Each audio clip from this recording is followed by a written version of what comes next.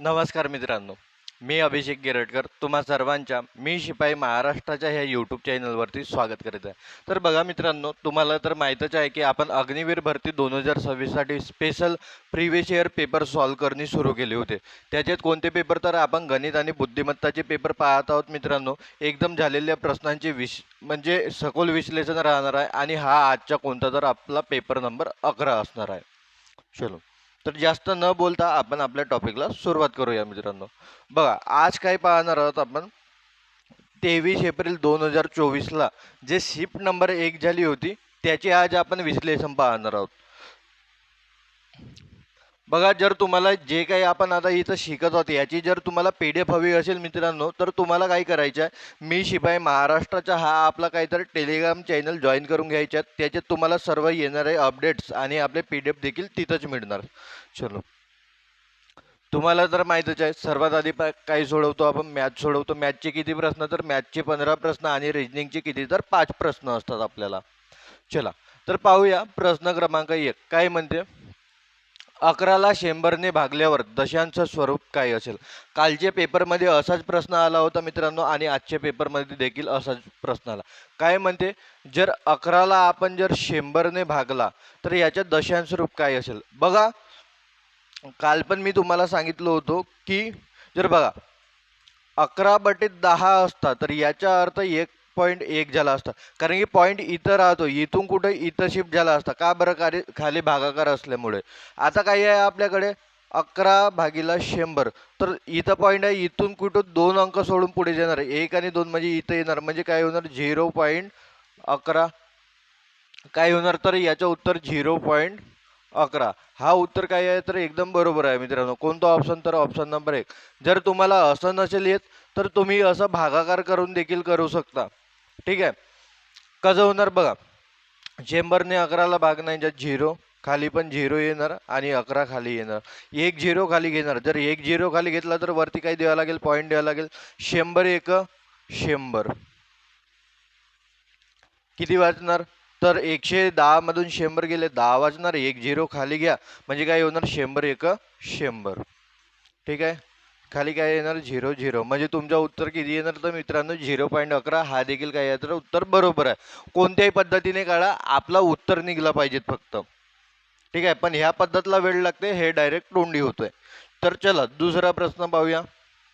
काय म्हणते, जर एका मुलीने 400 पैकी 70 गुण मिळवले तर तिचे गुण किती असतील. 400 पैकी 70 गुण मिळवले म्हणते 70%, तर तिचे गुण किती असतील म्हणते. काय करायचं मित्रांनो, 400 पैकी 70% म्हणजे किती, 400चे 70%.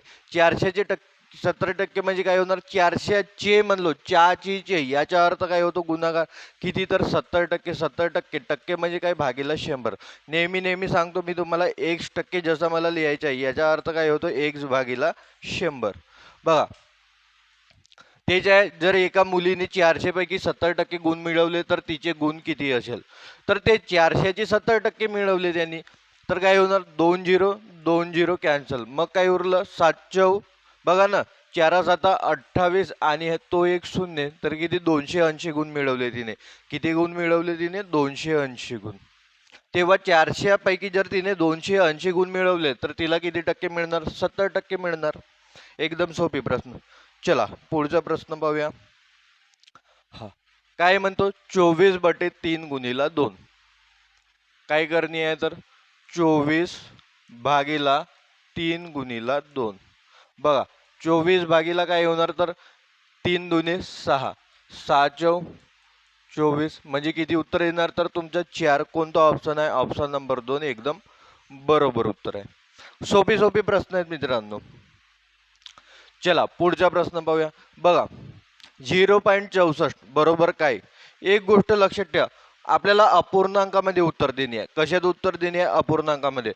एक गोष्ट लक्षात ठेवा मित्रांनो, बघा, जर 0. मी 1 म्हणत आहोत तर याचा अर्थ होतो 1/10. 0.1 म्हणत आहोत तर याचा अर्थ काय होतो, 1/10. बघा पॉईंट नंतर जेवढे अंक असतात तेवढे एक वर शून्य द्यावा लागतो. जसा 0 मी म्हणलो 11, तर याचा अर्थ होतो 1/100. बघा कारण की पॉईंट नंतर 2 अंक आहे तर एक वर किती शून्य देणार आपण? 2 शून्य देणार. ठीक आहे. तर आपल्याकडे प्रश्नामध्ये काय आहे? 0.64. तर याचा अर्थ काय होणार? 64 भागीला किती? तर 100. काय होणार? 64 भागीला 100. चला आता कितीने भाग जातो? जेवढ्याने भाग जातो तेवढ्याने काटण्याचा प्रयत्न करा. बघा 4ने भाग जाईल का? जाईल ना. 4 एक 4, 4 सकम 24. आणि हे किती होणार? तर 4ने जर 100ला भाग दिला तर 25, म्हणजे काय होणार? 16/25. आणखी काही कटतो का? नाही ना. आणखी काही नाही कटत. म्हणजे कोणता ऑप्शन? तर ऑप्शन नंबर 2. ह्या प्रश्नाचं काय आहे? तर एकदम बरोबर उत्तर आहे. चलो, समजत आहे का तुम्हाला? समजत असेल तर हो म्हणा.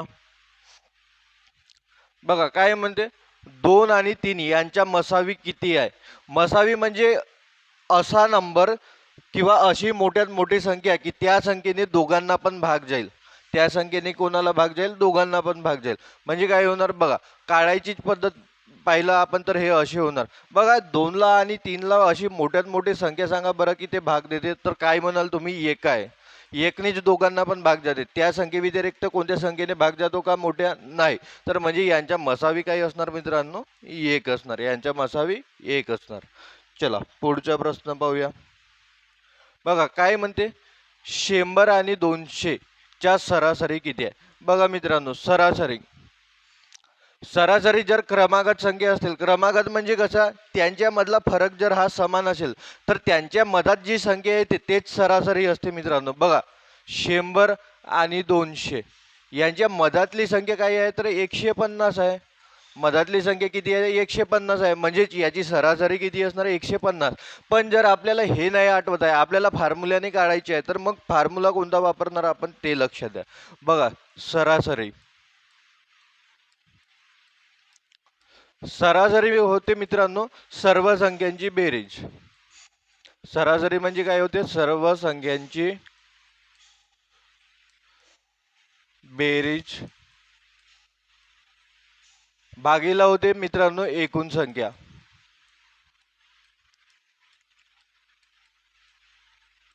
बघा सर्व संख्यांची बेरीज म्हणजे आपल्याला कोणकोणत्या संख्या दिल्यात? 100 आणि 200. तर यांची काय होणार? बेरीज म्हणजेच काय होणार? 100 अधिक 200 भागीला काय करणार आपण? एकूण संख्या. म्हणजे संख्या किती आहेत? किती संख्या आहेत बघा. 100 आणि 200 म्हणजे ह्या किती आहेत? 2 संख्या आहेत. तर भागीला होणार 2.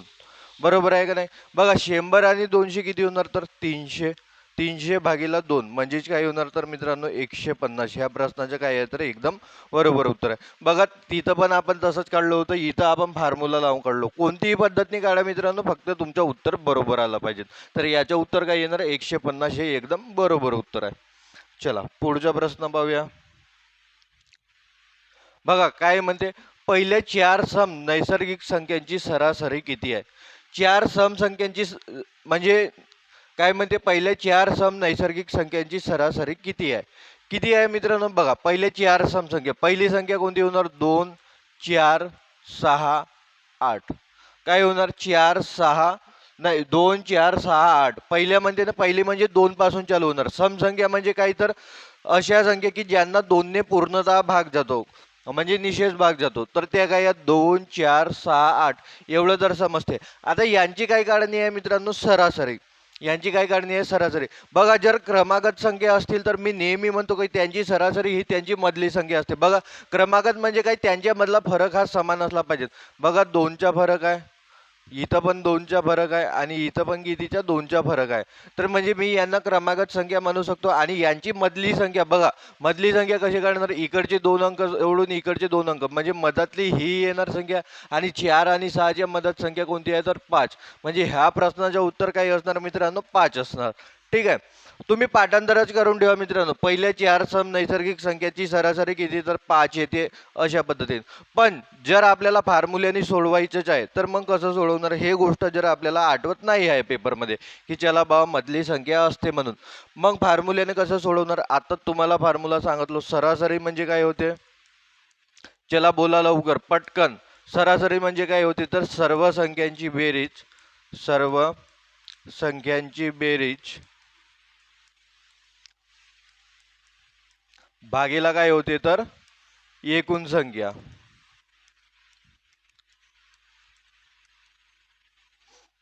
बरोबर आहे की नाही? बघा सर्व संख्यांची बेरीज म्हणजे कोणाची होणार? 2 4 6 8.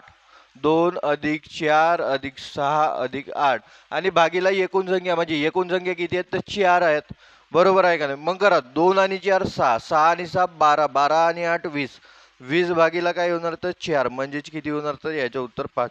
म्हणजे तुमची सरासरी किती येणार? 5. म्हणजे हाच तुमच्या प्रश्नाचं एकदम बरोबर उत्तर आहे. कसंही सोडवा आपल्याला उत्तर पाहिजेत. ठीक आहे, समजत आहे? चला पुढचा प्रश्न पाहूया. बघा काय म्हणतो, जर मूळ रक्कम 200 असेल, व्याज दर 8% असेल आणि कालावधी 2 वर्षे असेल तर साधारण व्याज किती असेल? साधारण व्याज म्हणजेच काय तर मित्रांनो सरळ व्याज. काही तर सरळ व्याज. तर तुम्हाला सांगतो सीधं मित्रांनो, तुम्ही सरळ व्याजच्या फॉर्म्युला लक्षात ठेवा. बघा सरळ व्याज. सरळ व्याज म्हणजे काय होते मित्रांनो? मुद्दल मुद्दल गुणीला वेळ गुणीला दर भागीला 100. काय म्हणलो मी? मुद्दल गुणीला वेळ गुणीला दर भागीला 100. हा काय आहे? तर सरळ व्याजचा म्हणजेच काय तर साधारण व्याजचा फॉर्म्युला आहे. बघा जर मूळ रक्कम 200 असेल म्हणजे 200 काय झाली? मुद्दल झाली. 200 काय झाली? मुद्दल झाली गुणीला वेळ. वेळ किती दिलाय आपल्याला? बघा 2 वर्षे म्हणजे गुणीला काय होणार? 2 आणि दर किती दिलाय? 8%. तर काय होणार? दर 8 आणि भागीला काय होणार? तर 100. बघा 1 0 1 0 1 0 1 0 कॅन्सल. काय होणार? बेदुने 4 4 8 32. तर किती व्याज येणार याच्यावर मित्रांनो? 32 रुपये. कोणता ऑप्शन आहे? तर ऑप्शन नंबर 3. काय आहे? तर हा एकदम बरोबर उत्तर आहे. समजलं? चला फक्त हा फॉर्म्युला लक्षात ठेवा तुम्ही. चला पुढचा प्रश्न पाहू. काय म्हणते, एका आयतामध्ये किती शिरोबिंदू म्हणजेच व्हर्टायसेस असतात? बघा एक गोष्ट लक्षात ठेवा, शिरोबिंदू. आपण दुसरा पेज घेऊन चांगल्याने एक्सप्लेन करू. शिरोबिंदू म्हणजे काय?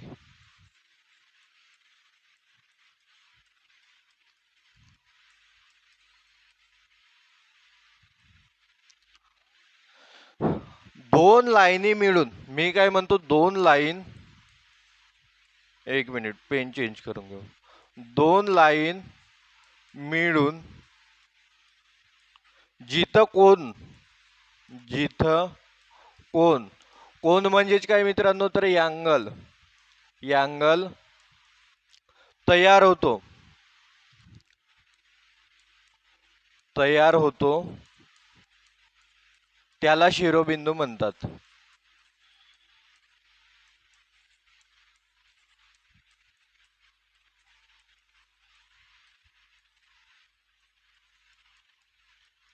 हे गोष्ट चांगल्याने नोट करून ठेवा मित्रांनो. काय आहे तर शिरोबिंदू. शिरोबिंदू म्हणजे काय? दोन लाईन मिळून जिथं कोण म्हणजे काय अँगल तयार होतो त्याला काय म्हणतात? तर शिरोबिंदू म्हणतात. मग आपल्याला विचारलं काय आहे? तर आपल्याला एक काही तर बघा, हा अशा पद्धतीचा एक आयत आहे. बरोबर आहे. मग मला सांगा याच्यात किती लाईनी मिळून किती कोण तयार होत आहेत? बघा ही ही एक लाईन मित्रांनो आणि ही एक लाईन मिळून किती? हा इथं एक बिंदू तयार होत आहे म्हणजे हा एक झाला.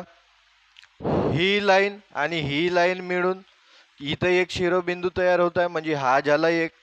म्हणजे हा एक इथं एक दोन लाईन मिळून कोण तयार होत आहे आणि इथं एक दोन लाईन मिळून कोण तयार होतात? म्हणजे असे किती शिरोबिंदू तयार होत आहेत? तर 4. असे किती शिरोबिंदू तयार होत आहेत? तर 4. कोणकोणते? हा एक पॉईंट, हा एक पॉईंट, हा एक पॉईंट आणि काही तर हा एक पॉईंट. म्हणजे आयतामध्ये किती शिरोबिंदू असतात? तर मित्रांनो 4. तर तेच आपल्याला प्रश्न काय विचारलाय? एका आयतामध्ये किती शिरोबिंदू असतात? एक असतो का? नाही ना. 8 असतात का? नाही ना. 2 नाही. किती असतात? तर 4 असतात. किती दोन कोण तयार होतात? 4 कोण तयार होतात. तर किती शिरोबिंदू असणार? 4 शिरोबिंदू असणार. समजलं? चला पुढचा प्रश्न पाहूया.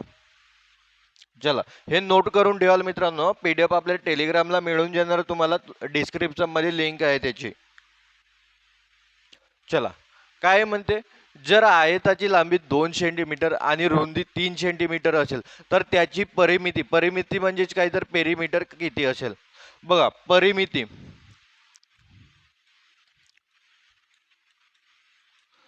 परिमिती म्हणजे काय होते मित्रांनो? सर्व बाजूंची बेरीज.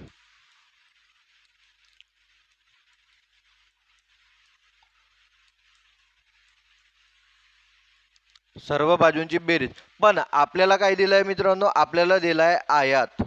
आपल्याला काय दिलाय, आयताची म्हणत आहे. जर मी हा आयत काढलो, ठीक आहे, हा काय काढला आपण, आयत काढला. आणि आयताची काही असते मित्रांनो, लांबी रुंदी असतील. लांबी आपण घेऊ रुंदी आपण घेऊ 3 सेंटीमीटर, हे मोठी आहे म्हणून याला घेतला, आणि रुंदी घेऊ आपण 2 सेंटीमीटर. मला सांगा, आयताच्या विरुद्ध दिशा म्हणजे विरुद्ध बाजू ह्या काही असतात तर समान असतात.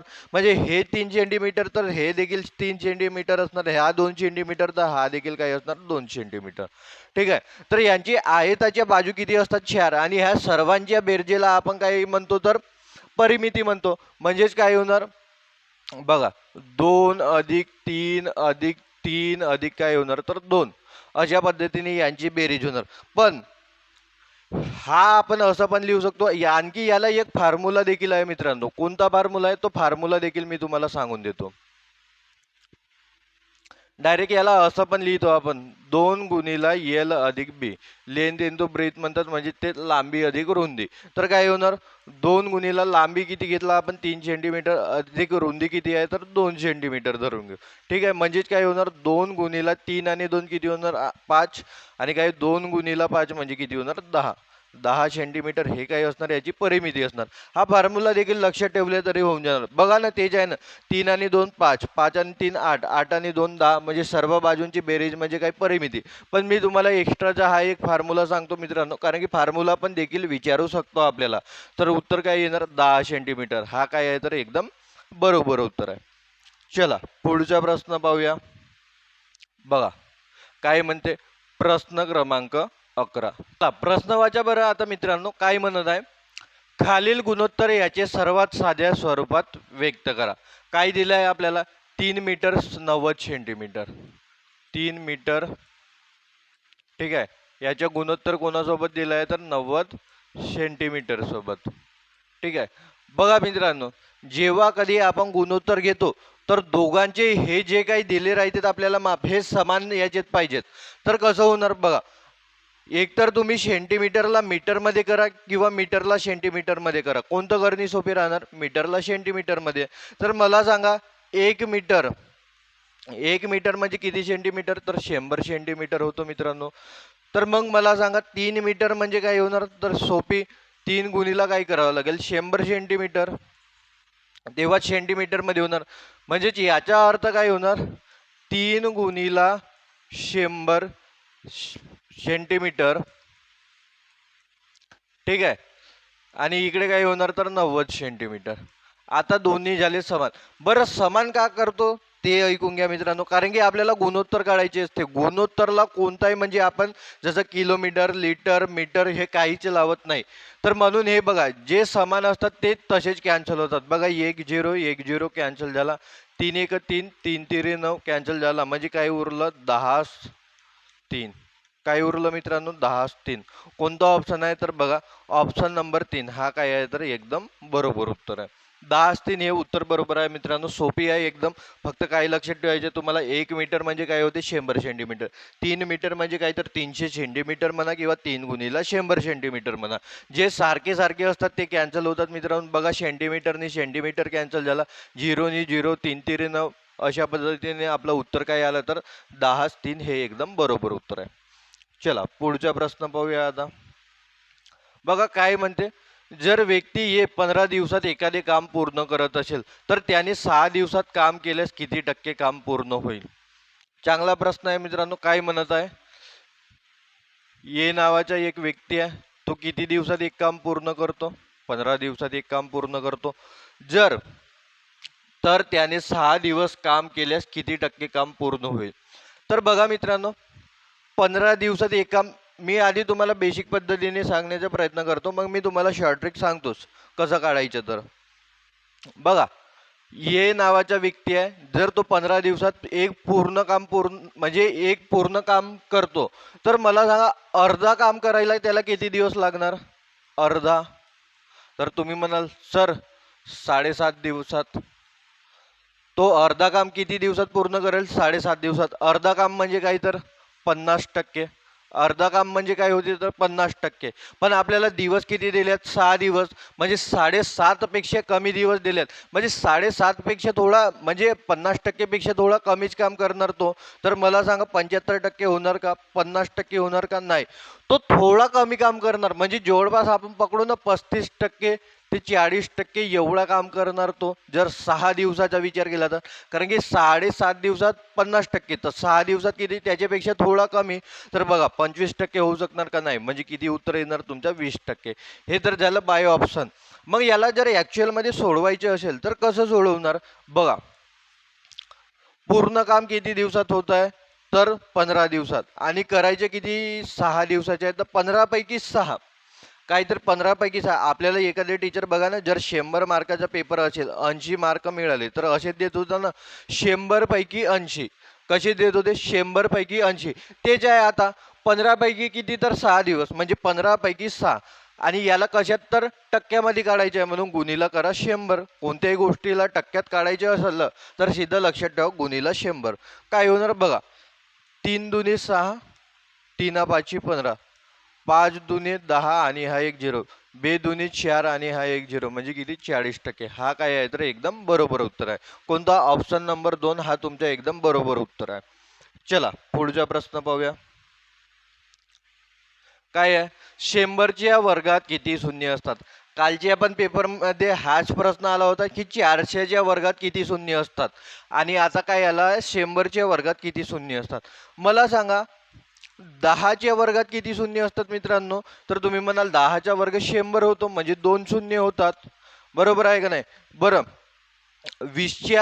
20च्या वर्गात किती शून्य असतात. 20चा वर्ग किती तर 400 म्हणाल तुम्ही, आणि किती शून्य आहेत तर 2. बघा हे शून्य कसे करायचे काउंट. बघा इथं एक शून्य आहे, जर त्याचा स्क्वेअर काढायचे असेल तर शून्य डबल होतात. जर एक शून्य असेल आणि त्याचा वर्ग काढायचे असेल तर शून्य काय होतात डबल होतात. तर मग मला सांगा 100चा वर्ग किती होणार, आधी काढायचं 1चा वर्ग, 1चा वर्ग 1, आणि हे किती 2 झिरो आहेत तर तिकडे किती होणार 4 होणार. 1 2 3 4, म्हणजे 100च्या वर्गात किती शून्य असतात 4 शून्य असतात. कोणता ऑप्शन आहे ऑप्शन नंबर 3, एकदम काय तर बरोबर उत्तर आहे. किती शून्य असतात तर 4 शून्य असतात. चला सोपी प्रश्न होता. चला पुढचा प्रश्न पाहूया. काय म्हणते, जर 10 व्यक्ती एखादे काम 20 दिवसात पूर्ण करत असतील तर 5 व्यक्तींना तेच काम पूर्ण करण्यास किती दिवस लागणार. बघा एकदम सोपी प्रश्न आहे हा, पण याला कसं सोडवणार. बघा 10 व्यक्ती आहेत, म्हणते 10 व्यक्ती किती दिवस काम करत आहेत 20 दिवस काम करत आहेत. पूर्ण करत असतील तर 5 व्यक्तींना तेच काम, म्हणजे हेच काम 10 व्यक्ती 20 दिवस, हेच काम तर बरोबर देणार आपण किती 5 व्यक्तींना दिवस किती लागणार तर 1 दिवस समजू. हे फक्त मान्य आहे मित्रांनो, का 10 व्यक्ती एखादे काम 20 दिवसात पूर्ण करत असतील. 10 व्यक्ती आहेत एखादे काम 20 दिवसात पूर्ण करत असतील तर 10 गुणिले 20 करा, आणि तेच काम म्हणजे हेच काम बरोबर कोणाचे तर 5 व्यक्तींना किती दिवस लागणार तर 1 दिवस लागणार. एक्स काढा मित्रांनो. कसं काढणार बघा, हा गुणीला इकडे येऊन भागीला होणार, म्हणजे काय होणार 10 गुणीला 20 भागीला काय होणार तर 5, बरोबर काय होणार तर एक्स. बघा 5 दुने 10, काय होणार 10 दुने 4 आणि हा एक 0, म्हणजे एक्स किती येणार तर 40 येणार. कोणता ऑप्शन ऑप्शन नंबर 3 हा बरोबर आहे. पण मला एक सांगा 10 व्यक्तींना 20 दिवस लागत आहेत तर 5 व्यक्तींना 40 दिवस लागेल ना. 10 व्यक्तींना 20 दिवस लागत आहेत तर 5 व्यक्तींना 40 दिवस लागेल. जर आपण डोकाई लावून विचार केला तर तरी पण आपण काढू शकतो. जर माणसं अर्धे केले तर दिवस आणखी डबल होणार. माणसं अर्धे केले तर दिवस काय होणार डबल होणार. बघा जास्त माणसं कमी दिवस, कमी माणसं जास्त दिवस, हा कॉन्सेप्ट लक्षात ठेवा. ठीक आहे. जर नसेल येत तसं तर मग डायरेक्ट हे तर आहेच आपल्याकडे. चला समजलं का. चला काय म्हणते, ती संख्या कोणती आहे ज्यातून 8 वजा केल्यावर 26 मिळते. ती संख्या कोणती आहे म्हणते की ज्यातून 8 वजा केल्या का 26 मिळते. बाय ऑप्शननी जाऊ शकता. बघा 18तून 8 वजा केला 10 मिळणार. 24 मधून 8 वजा केला तर 26च्या कमीच मिळणार. बघा 44 मधून 8 वजा केला तर किती मिळणार आपल्याला. 44 मधून 8 वजा केला तर 36 मिळणार. हा पण ऑप्शन नाही होऊ शकत. बघा 34 मधून 8 वजा करा किती 26 मिळते आपल्याला. 34 मधून 8 वजा केल्यावर किती मिळते 26 मिळते. म्हणजे कोणता ऑप्शन तर ऑप्शन नंबर 1 हा एकदम बरोबर उत्तर आहे. जर समजा का आपल्याला हे पण सुचत नाही की सर कोणत्या वेळेस ऑप्शननी जायचं कोणत्या वेळेस फॉर्म्युल्यानी जायचं, जर नसेल आठवत तर मी सांगतो तुम्हाला. बघा ती संख्या घेऊ आपण x, ठीक आहे, ज्यातून किती वजा करा म्हणते 8 वजा करा म्हणते, तर याच्यातून 8 वजा करा तर आपल्याला उत्तर किती मिळते 26 मिळते. तर मग कसं सोडवणार बघा, एक इकडे राहणार, हा प्लस मध्ये आहे ते सॉरी हा मायनस मध्ये आहे, तिकडे जाऊन काय होणार तर प्लस होणार. 26 अधिक 8 तर काय होणार 26 अधिक 8 म्हणजेच किती तर 34. किती होणार 34 म्हणजे तोच ऑप्शन येणार कोणता ऑप्शन नंबर 1 काय आहे तर बरोबर उत्तर आहे. तर चला अशा पद्धतीनं तुमचे गणिताचे 15 प्रश्न झाले मित्रांनो. आता काय करू आपण, आता बघायचे आहे आपल्याला रिजनिंग. रिजनिंगचे 5 प्रश्न असतात आणि सोपे असतात मित्रांनो. काय म्हणते, जर एखादी व्यक्ती 40 व्यक्तींच्या रांगेत डावीकडून 21व्या स्थानावर असेल तर उजवीकडून कोणत्या स्थानावर असेल. उजवीकडून कोणत्या स्थानावर असेल तर अशा वेळेस काय करायचं मित्रांनो, किती व्यक्ती दिल्यात पूर्ण व्यक्ती किती आहेत 40, तर आधी 40 व्यक्ती घेऊन घ्या. त्याच्यातून डावीकडून किती आहे 21, तर डावीकडून मायनस करा 21 आणि याच्यात एक जोडून द्या मित्रांनो. याच्यात काय करायचे आहे तर तुम्हाला एक जोडून द्यायचं आहे. कसं होणार मग पहा, सीधा करू ना 40, एक मिनिट, सीधा सीधा सोडवतच नेऊ आपण याला. 40 मधून 21 गेले किती राहणार 19, 19 अधिक काय होणार तर 1 म्हणजेच किती होणार तर 20. म्हणजे डावीकडून 21व्या स्थानावर असेल तर तो उजवीकडून कितव्या स्थानावर असेल 20व्या स्थानावर असेल. कितव्या स्थानावर असेल 20व्या स्थानावर असेल. कोणता ऑप्शन, ऑप्शन नंबर 4 हा काय आहे तर एकदम बरोबर उत्तर आहे. चला पुढचा प्रश्न पाहूया. हा बघा काय म्हणते, ए हा बीचा भाऊ आहे, सी हा डीचा पिता आहे, ई ही बीची आई आहे, ए आणि डी भाऊ आहेत, तर ई सी शी कोणत्या प्रकारे संबंधित आहे. म्हणजे हा जो ई आहे हा सीचा कोण होणार हे सांगायचे आहे. ठीक आहे, तर बघा जर तुम्हाला नातेसंबंध, हा नातेसंबंधाचा प्रश्न आहे मित्रांनो. जर तुम्हाला नातेसंबंधावरील प्रश्न सोडवता नसतील येत तर ऑलरेडी आपण आपल्या यूट्यूब चॅनलवरती नातेसंबंध एकदम चांगल्या पद्धतीने शिकवलेला आहे मित्रांनो, ते तुम्ही क्लासेस पाहून घ्याल. तर चला कसं होणार बघा, आधी ए म्हणत आहे, ए हा कोणाचा भाऊ आहे बीचा भाऊ आहे. ए हा बीचा भाऊ आहे म्हणजे ए वरती आपण प्लस देणार. ठीक आहे, सी हा डीचा पिता आहे, सी बद्दल सध्या माहित नाही आपल्याला.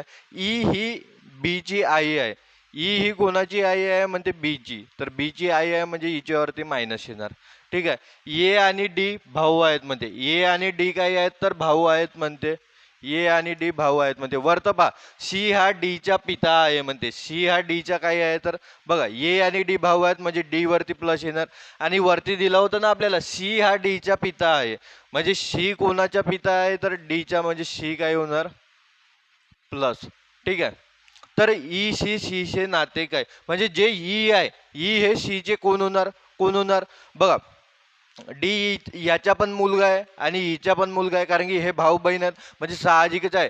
ई सी ची कोण होणार तर पत्नी होणार, कोण होणार पत्नी होणार, म्हणजे कोणता ऑप्शन, ऑप्शन नंबर 1. पण एक गोष्ट मित्रांनो, जेव्हापर्यंत तुम्ही नातेसंबंध चॅप्टर शिकणार नाही तेव्हापर्यंत त्याचे याच्यावरचे प्रश्न तुम्हाला कळणार नाही, म्हणून तो व्हिडिओ पाहून घ्याल आधी, नंतर मग हे प्रश्न लावाल. चला पुढचा प्रश्न पाहूया. काय तर प्रश्न क्रमांक 3. चला प्रश्न वाचा बरं मित्रांनो. काय दिलंय, दिलेली शृंखला पूर्ण करा. ठीक आहे, संख्या शृंखला पूर्ण करा म्हणते, तर काय दिलंय आपल्याला 2, 6, 14 आणि किती दिलाय तर 30. 2, 6, 14, 30 आणि पुढे दिलाय प्रश्नचिन्ह. काय मला मोठी होताना दिसत आहे मित्रांनो संख्या, प्लसच होत असेल. मग काय बघा 2 अधिक 4 किती होतात 6, 6 अधिक 8 किती होतात 14, 14 अधिक किती तर 16, 14 अधिक 16 किती होणार 30. बघा आधी 4 प्लस झाला, मग नंतर 4 चे डबल 8 झाले, मग 8 चे डबल 16, म्हणजे पुढे काय होणार 16 चे डबल काय होणार 32. म्हणजे 30 मध्ये जर 32 मिळवू तर किती उत्तर येणार मित्रांनो 62. किती उत्तर येणार 62. कोणता ऑप्शन आहे, ऑप्शन नंबर 3 हा काय आहे तर तुमचा एकदम बरोबर उत्तर आहे. हे कसे मित्रांनो, जे शृंखला असतात ना ते थोडं आपल्यालाच लॉजिक लावावे लागतात की नेमके लॉजिक कोणते लागू शकतात. मला डायरेक्ट दिसत आहे मित्रांनो की प्लस होत आहे, मग याच्या डबल होत आहे, मग याच्या डबल, मग याच्या पुढे डबल होणार, तर हा अशा पद्धतीने लॉजिक लागत आहे. समजलं. चला पुढचा प्रश्न पाहूया. काय दिली आहे, संख्या शृंखला नाही आहे मित्रांनो, हे शृंखलेत घ्या. खालील शृंखलेत प्रश्नचिन्हाच्या जागी कोणता पर्याय बसेल ते सांगायचे. बघा आधीच प्रश्नचिन्ह दिलंय आपल्याला.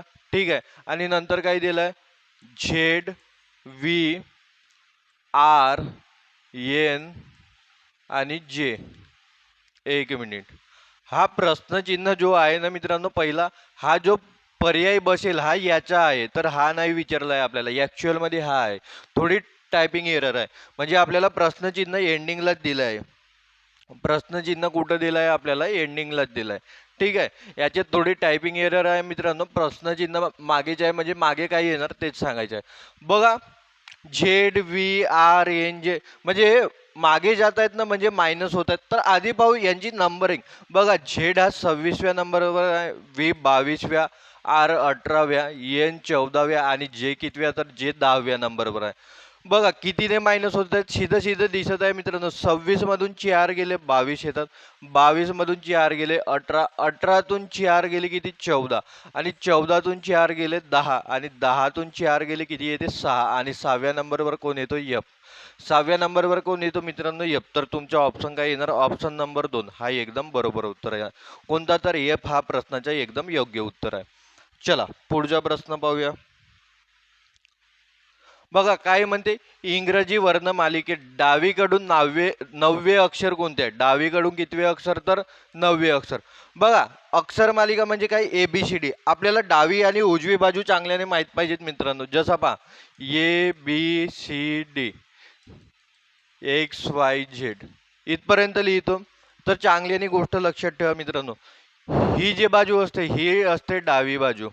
कोणती बाजू असते? ही डावी बाजू. आणि ह्या बाजूने काय असते? तर हे उजवी बाजू.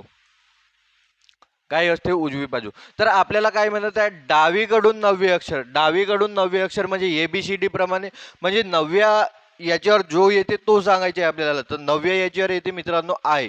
9व्या याच्यावर कोणता येते? आय येते. ठीक आहे. तर आपला प्रश्नाचं उत्तर काय असणार? हे आय असणार. पण मला सांगा, जर त्यांनी उजवीकडून विचारलं असतं तर आईचे उलटे सांगा लागले असते आपल्याला. जर उजवीकडून विचारलं असतं तर काय? आईचे उलटे. आईचे उलटे काही तर आर होते मित्रांनो. इंडियन रेल्वे हा शब्द नाव ठेवा. इंडियन म्हणजे बघा, इंडियन रेल्वे. ठीक आहे. IR म्हणजे इंडियन रेल्वे.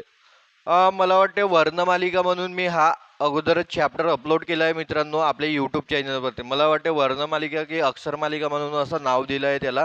ते तुम्ही चांगल्याने पाहून घ्याल. जर ते तुम्ही पाहिले ना मित्रांनो, तुमचे उलटे शब्द आणि कोणता अक्षर कोणत्या नंबरवर आहे एकदम ते तुमचे तोंडपाठच होऊन जाणार 10 मिनिटामध्ये. ठीक आहे. तर ते तुम्हाला पाहून घ्यायचे आहे. पण आपल्या ह्या प्रश्नाचं उत्तर काय? डावीकडून 9वा म्हणजे 9व्या याच्यावर कोण असतो? आय.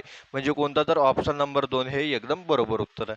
तर चला मित्रांनो, अशा पद्धतीने हा देखील सेट आपला कंप्लीट झालेला आहे. ठीक आहे. एका दिवशी एकच सेट घेणार आपण. आणि भरपूर विद्यार्थी काय करतात? GK GS साठी कमेंट करतात मित्रांनो. GK GS sir, GK GS घ्या, GK GS घ्या. कसं आहे मित्रांनो, आपल्याकडे टीचर अवेलेबल नाही आहेत. मी प्रयत्न करत आहोत टीचर पाहण्यासाठी, पण आपल्याला कसं टीचर मिळत नाही. एक तर कसं आपलं लहान प्लॅटफॉर्म आहे. ठीक आहे. लहान प्लॅटफॉर्मवरती सहजासहजी कोणते टीचर येऊ नाही शकत. जर तुम्हाला आणखी उत्तम चांगल्या क्वालिटीचे कंटेंट पाहिजेत मित्रांनो, तर तुम्हाला सपोर्ट करावा लागेल. आपले जास्तीत जास्त व्हिडिओ शेअर करावा लागेल. ठीक आहे. जास्तीत जास्त आपल्या चॅनलचे रीच वाढवायला लागेल. हे तुमच्यावरती आहे. जर तुम्ही जेवढं जास्त सपोर्ट कराल तेवढं मी तुमच्यासाठी काहीतरी करण्याचा प्रयत्न करणार. तर हे तर सध्या पॉसिबल नाही आहे, पण मी माझे आणि प्रयत्न करत आहे मित्रांनो. ठीक आहे. तर काय करायचे आहे तुम्हाला? PDF साठी आपले टेलिग्राम चॅनल जॉईन करून घ्या. डिस्क्रिप्शनमध्ये लिंक दिलेली आहे. तर चला मित्रांनो, आजच्यासाठी एवढंच राहू देऊया. जय हिंद, जय महाराष्ट्र.